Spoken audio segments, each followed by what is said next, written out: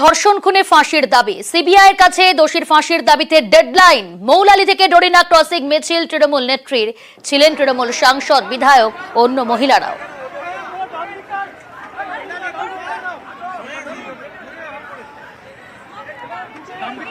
দোষীদের শাস্তি হোক এবং এমন শাস্তি হোক, শাস্তি মানে ফাঁসি হোক। আমরা রাজ্য সরকার ফাঁসির পক্ষে। এই ঘটনা আমরা নিন্দা করি এবং এই ঘটনার ফাঁসির ব্যবস্থা যাতে হয় কলকাতা পুলিশ তাই করবে।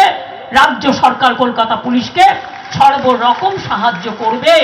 আমরা চাই এই ধরনের ঘটনা যাতে না ঘটে, তার জন্য ফাঁসির দাবি করছি, যে দৃষ্টান্তমূলক শাস্তি হোক, যাতে আগামী দিন কেউ এই কাজ করতে সাহস না পায়।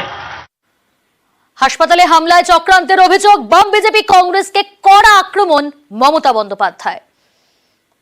আমি জানি সিপিএম আর বিজেপি ভাঙচুরটা করেছে আরজি করে গিয়ে। আমি সাধারণ মানুষের প্রতিবাদকে স্যালুট জানাই, সাধারণ মা বোনদের, সেখানে আমার কিছু বলার নেই। নিশ্চয়ই তারা তাদের ঠিক কাজ করেছেন বলে আমার মনে হয়। কিন্তু বলুন তো, রাত্রি 1টার সময় সিপিএম এর ডিওএফ এর ফ্ল্যাগ নিয়ে আর বিজেপি নিয়েছেন ন্যাশনাল ফ্ল্যাগ। ন্যাশনাল ফ্ল্যাগ সব জায়গায় পলিটিক্যাল কাজে ব্যবহার করা যায় না। ন্যাশনাল ফ্ল্যাগের কোড আছে, ন্যাশনাল ফ্ল্যাগকে মিসইউজ করেছে, পানিশমেন্ট হওয়া উচিত। এটা একটা ক্রিমিনাল অফেন্স।